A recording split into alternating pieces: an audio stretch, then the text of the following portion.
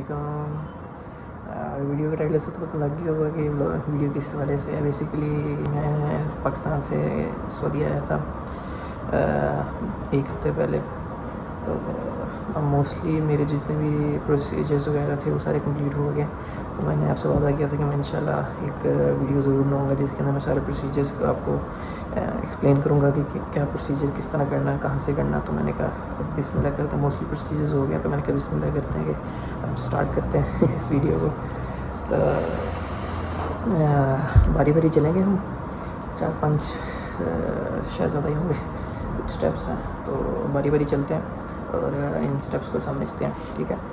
अच्छा, इनिशियली जैसे सबसे पहले आपने जब सऊदीया में लैंड करना है तो आपको सबसे पहले फ़ोन नंबर आपको होना चाहिए। फ़ोन नंबर किस तरह मिलेगा आपको? फ़ोन नंबर के लिए आपको आपके पास जो पासपोर्ट होता है उससे आपको इनिशियली एक अल्टरनेटिव कह लें टेम्परेरीली आपको एक नंबर मिल जाता है जो आप यूज़ कर सकते हैं। तो किसी भी कंपनी का निकाल लें, STC है, जैन है, मोबाइल ही है, किसी का भी अगर आप मतलब कोई मसला नहीं है इस तरह जा रहे।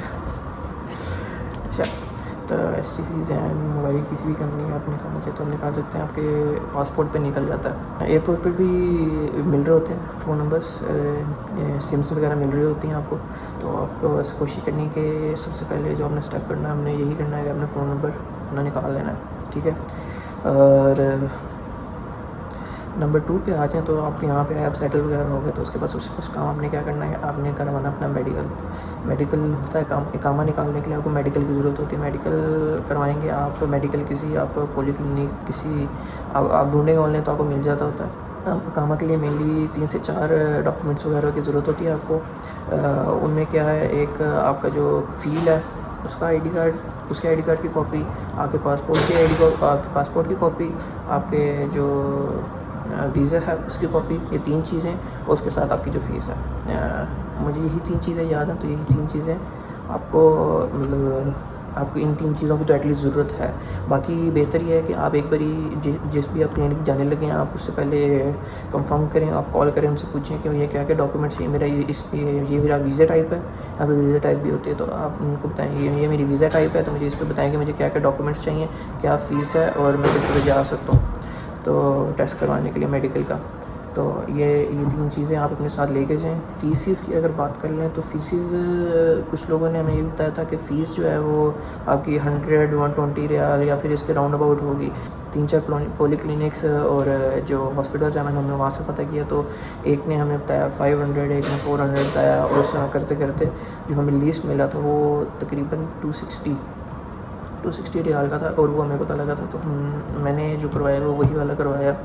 हाँ, तो हमने जो करवाया था वो 265 आई गेस। हाँ, यहाँ से लेकर ऑनवर्ड आपकी 500 प्लस तक जाती है इसकी प्राइसेस।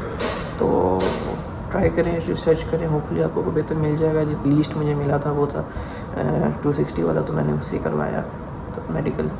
तो ऑलमोस्ट वो 72 आवर्स लेते हैं आपसे। 72 आवर के बाद आपको मैसेज आ जाता है कि आपका होपफुली अल्लाह करे क्लियर हो, मैसेज आ जाता है कि आपका क्लियर है या नहीं क्लियर मेडिकल करवा लेना है आपने। मेडिकल के लिए मैं आपको डॉक्यूमेंट्स बता रही हैं, बाकी आप कंफर्म कर लें कॉल करके कि कौन कौन से डॉक्यूमेंट्स चाहिए, कौन कौन से नहीं चाहिए। उसके बाद नेक्स्ट स्टेप पे अगर आप चले जाएँ तो जैसे ही अब आपका मेडिकल क्लियर होता है इंशाल्लाह, उसके फ़ौरन बाद आपने निकलवा लेना अपना इकामा किस तरह निकलता है। इकामा मेनली इकामा के कोई प्रॉपर प्रोसीजर नहीं है, सिंपल यही है कि आपके पास मेडिकल होना चाहिए। उसके बाद फिर कामा की फ़ीस होती है ड्यूरेशन के हिसाब से। आपको 3 महीने का कामा निकालना, 6 महीने का निकालना, साल का निकालना है या ज़्यादा का निकालना, उसके हिसाब से आपको फ़ीस वगैरह होती है। मुझे बाकी फ़ीस का आइडिया नहीं है। मेनली यही है कि जो मैंने निकलवाया है वो मैंने 12 मंथ्स का यानी 1 साल का निकलवाया, और वो मुझे कॉस्ट की है तकरीबन 600 रियाल, ठीक है। तो ये 12 मंथ्स की फ़ीस है। और इस तरह ही आपका कफील बेसिकली निकालता है। एक ऐप होती है उसमें आपका बॉर्डर नंबर, आपका मतलब उसके पास डिटेल ये चली जाती है कि आपके बॉर्डर नंबर उसके पास होता है, उसका ID कार्ड वगैरह वो उसकी ज़रूरत पड़ती है। मेरे जो कफील थे उन्होंने मुझे निकाल के दिया है। बाकी आप उनसे गाइडेंस ले सकते हैं, आपके कफील भी निकाल के दे देता है आपको। और यहाँ पे सर्विस सेंटर्स वगैरह भी बने हुए होते हैं जहाँ से आपको कोई भी इन्फॉर्मेशन चाहिए तो आपको मिल जाती रहती है एज यू नीड। सो तो मेनली इस तरह ही है, कामा की मेनली बस फीस पे करनी होती है और इंशाल्लाह कामा मिल जाता है आपको। इसमें एक पॉइंट और भी है कि आपने जब सऊदी में एंटर कर जाना तो उसके बाद आपके टोटल 90 डेज़ होते हैं। 90 डेज़ के अंदर आपको अपना कामा निकालना है। अगर आपका 90 डेज़ में कामा नहीं निकलता ना, फिर आप वैलिड नहीं है यहाँ पे, आप अलाउड नहीं है इधर रहने के। वो फिर आपको कभी भी निकाल सकते हैं यहाँ से, क्योंकि बस सिर्फ 90 डेज़ है। 90 डेज़ के अंदर अंदर आप अपना कामा निकलवाना है, ठीक है। तो कोशिश करें, डिले ना करें, और जैसे ही पहुँचते हैं, जैसे ही लैंड करते हैं तो मेडिकल जैसे क्लियर होगा फ़ौरन ही आप कोशिश करें कि अपना कामा निकलवा लें, ठीक है। तो ये मैंने कहा पॉइंट मेरे ज़हन में आया, मैं तो फ़ौरन बता दूँ आपको मैं। तो जैसे अब आपका कामा निकल जाता है, उसके बाद नेक्स्ट स्टेप क्या है कि आपने एक ऐप है तवक्कलना पे आपने अपनी रजिस्ट्री करवानी होती है। तवक्कलना पे आप जाएंगे, ऐप डाउनलोड करें मोबाइल पे अपनी तवक्कलना की, उसके ऊपर आप जाएं। वहाँ पे आपको रजिस्टर करने के लिए दो मेन चीज़ें चाहिए। एक तो आपका कामा नंबर, उसके साथ आप डालेंगे आपकी डेट ऑफ बर्थ। मेनली यही दो चीज़ें रिक्वायर्ड हैं। तो ये दो चीज़ें डालें आप तवक्कलना पे रजिस्टर करें अपने आप को, तो ये आपकी रजिस्ट्री हो जाएगी कंप्लीट। इसके बाद जैसे आप रजिस्टर हो जाते हैं तवक्कलना पे, उसके बाद फिर आपने ऑनलाइन सर्च करना है कि आपको कहीं से अपशर की पब्लिक सर्विस की एक मशीन होती है, ठीक है। मुख्तलिफ जगहों पे लगी होगी, जद्दा में मुख्तलिफ एरियाज़ में लगी हुई है। मैंने भी एक प्लाज़े में अपशर की मशीन लगी हुई थी, मैंने वहीं से अपशर की बेसिकली क्या होती है, बायोमेट्रिक करवानी होती है आपने। तो अपशर की पब्लिक मशीन पे जाएंगे, वहाँ से आप बायोमेट्रिक करवा लेंगे अपनी। उसके बाद फिर आपने अपशर की ऐप डाउनलोड करनी है या फिर अपशर की साइट पे चले जाना, वहाँ पे जाके आप लॉगिन करेंगे। लॉगिन के लिए आपको जो दो चीज़ें चाहिए वो मैं आपको बताता हूँ। अपशर की जो जिस मशीन पे आपने बायोमेट्रिक करनी है, वहाँ पे भी आपको मेनली यही दो चीज़ें चाहिए होती हैं। एक आपको आपका कामा नंबर चाहिए होता है, और दूसरा मैंने आपको बोला था कि आपने आते सार अपना फ़ोन नंबर निकाल लेना है। फ़ोन नंबर आपने सिम ले लेनी है, क्योंकि अब आपको जब आप अपशर की बायोमेट्रिक कराने जाएंगे तब भी आपको आपका कामा नंबर चाहिए होगा और आपको आपका फ़ोन नंबर चाहिए होगा। ये दो चीज़ें मेन आपको लगानी होती हैं, और दूसरा आपकी फिंगरप्रिंट जो भी वो आपको बताएंगे, ठीक है। तो इससे आपका बायोमेट्रिक कंप्लीट हो जाएगा। उसके बाद फिर आपने अपशर की ऐप डाउनलोड कर लेनी है, वेबसाइट पे आपने चले जाना है। वहाँ पे जाके आपने लॉगिन करना, वहाँ पर साइन अप नहीं होता। तो लॉगिन के लिए लॉगिन में आपने अपनी कामा आईडी डालनी होती है। उसके बाद आपको पासवर्ड मिलता है, वो पासवर्ड आपने डालना होता है। वो आपको पासवर्ड ईमेल से भी मिल सकता है, आपको मैसेज से भी मिल सकता है। तो वो जो पासवर्ड आपको मिलेगा, आपने वो वाला पासवर्ड हो सकता है शायद तवक्कलना की ऐप से मिल जाए आपको। तो ये आपने मुझसे देखना है, हो सकता है आप जब बायोमेट्रिक कर रहे हो तब आपको पासवर्ड दें।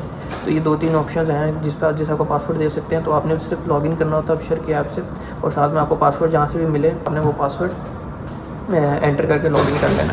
जब आपकी अपशर का कंप्लीट हो गया, उसके बाद नेक्स्ट स्टेप आपका क्या है कि आपने एक नफाद मैं कोशिश करूँगा कहीं पे आपको टेक्स्ट उसका मेंशन कर दूँ, नेम साथ में कि किस तरह स्पेल करता है। नफाद की ऐप है, बोलते नफाज है लेकिन लिखते NAFADH है। तो ये नफाज की ऐप आपने डाउनलोड कर लेनी। उसमें आपने क्या करना है कि उसमें आपने कहते हैं नफाज की ऐप में आपने अपना कामा आईडी डालनी है, और उसके साथ जो आपने अपशर के अंदर अपशर पे लॉगिन करते हुए जो पासवर्ड डाला था ना, वही वाला पासवर्ड आपने भी नफाज पे भी लॉगिन करते हुए डालना है। सेम पासवर्ड ही होता है जो अपशर पे यूज़ होगा, वही वाला यहीं पे आप यहाँ पे यूज़ होंगे, ये रिक्वायर्ड होता है। तो इस तरह आपकी नफाज की ऐप हो जाएगी। उसके बाद अगर ये वाले मेन जो मेन प्रोसीजर्स हैं वो यही वाले हैं कि आपने ये 3-4 कितने स्टेप्स हो गए हमारे पास, तकरीबन 7 से 8 स्टेप्स हो गए। ये वाले 7 से 8 स्टेप्स आपने कंप्लीट करने हैं, ठीक है। उसके बाद अगर आपको ये जितने भी स्टेप्स हैं आपने कंप्लीट करने हैं, उसके बाद आपको अगर हमें बैंक अकाउंट बनाना है, तो बैंक अकाउंट के लिए आपको क्या करना है कि आपने जो भी बैंक की ऐप है, जिस भी बैंक में आपने अकाउंट बनाना उसकी ऐप उसमें वो आपने ऐप डाउनलोड करनी है, ठीक है। उस ऐप में आपने अपने आप को ओपन न्यू अकाउंट करना है, और उसके अंदर आपको 3-4 चीज़ें जो रिक्वायर्ड होंगी वो आपको बता देता हूँ। एक आपका फ़ोन नंबर है, देखें यहाँ पे फ़ोन नंबर दोबारा यूज़ हो रहा है, तो फ़ोन नंबर आपका रिक्वायर्ड है। आपने कोशिश करनी है जैसे ही आप पहुँचें सऊदीया, आपने फ़ौरन फ़ोन नंबर अपना निकलवा लेना है, ठीक है। ये प्लीज़ इसकी ट्राई कीजिएगा, क्योंकि मैंने नहीं निकलवाया तो मुझे काफ़ी मुश्किल हुई है। तो ट्राई करें कि फ़ोन नंबर अपना जल्द से जल्द निकलवाएं जैसे ही आप पहुँचते हैं सऊदीया। उसके बाद जब आप कर रहे होंगे बैंक में अकाउंट क्रिएट कर रहे होंगे, तो वो ऑनलाइन ही बन जाता है। तो उसके लिए आपने क्या करना है कि आपने बैंक की ऐप डाउनलोड की, उसके अंदर आपको फ़ोन नंबर डालना है, आप अपना कामा आईडी डालनी है। उसके बाद आपको रिक्वायर करेंगे कि आपने, जितना मुझे याद है कि आपको अपना वो भी डालना पड़ेगा, आपको कोई ना कोई एक यहाँ सऊदीया का रजिस्टर्ड एड्रेस डालना पड़ेगा, ठीक है। रजिस्टर्ड एड्रेस जो यहाँ पे रजिस्टर्ड हो, मतलब बेसिकली यही है कि आप जहाँ पे भी रह रहे हैं, जहाँ पे भी आप स्टे कर रहे हैं, वहाँ का कंप्लीट एड्रेस निकालें और वो आप इसमें मेंशन करें। इसमें 2-3 अगर आपको मुश्किल हो बाद में बताने बाद में, तो इसलिए मैं आपको पहले बता दूँ कि 2-3 फील्ड्स मेनली, एक है बिल्डिंग नंबर और एक एडिशनल नंबर। ये 2-3 इस तरह के 2-3 फील्ड्स हैं जो आपको थोड़ी मुश्किल करेंगी, तंग करेंगी। तो आपने कोशिश करनी है कि जो भी आपका बिल्डिंग के ओनर हैं यहाँ पे, जिनके पास भी आप रह रहे हैं, तो उनसे आप निकलवा लें। उनको कहें कि एड्रेस कंप्लीट एड्रेस चाहिए मुझे, इसमें ये फील्ड चाहिए मुझे, तो ये मुझे काइंडली बताते हैं। ज़िप कोड वगैरह, एड्रेस, स्ट्रीट नंबर, इस तरह की चीज़ें आपको चाहिए होंगी। तो मेनली यही 3-4 चीज़ें आपको चाहिए होती हैं बैंक अकाउंट क्रिएट करने के लिए। तो जैसे आपका बैंक अकाउंट क्रिएट हो जाएगा तो you are good to go अल्हम्दुलिल्लाह। उसके अलावा मेनली कोई ख़ास स्टेप्स नहीं रह गए। मुझे ड्राइविंग लाइसेंस चाहिए, तो मैं ड्राइविंग लाइसेंस का मेरा प्रोसीजर पेंडिंग है। उसके लिए भी मुझे जितना मैंने इन्फॉर्मेशन निकाली है उसके हिसाब से यही है कि मुझे मेडिकल करवाना और ड्राइविंग लाइसेंस का ड्राइविंग का टेस्ट देना होता है, और या ड्राइविंग का टेस्ट देना होगा, या फिर कुछ दिन आपको ट्रेनिंग करनी पड़ती है। वो उनके सेंटर पर वो आपको ड्राइविंग की ट्रेनिंग करवाएंगे और उसके बाद फिर आपको इंशाल्लाह टेस्ट लेके आपको लाइसेंस दे देंगे। तो दीज आर डिटेल्स, जो भी तक मुझे जितनी डिटेल्स पता थी सारी मैंने आपको बता दी हैं, यही हैं। तो आगे अगर कोई और प्रोसीजर होगा तो उस पर भी इंशाल्लाह कोशिश करूँगा, आपको उस तरह गाइड करूँगा, लेकिन अभी तक यही है। तो होपफुली हेल्पफुल हो जाए आपके लिए। तो ओके, ख्याल रखें, ठीक है, अल्लाह हाफ़िज़।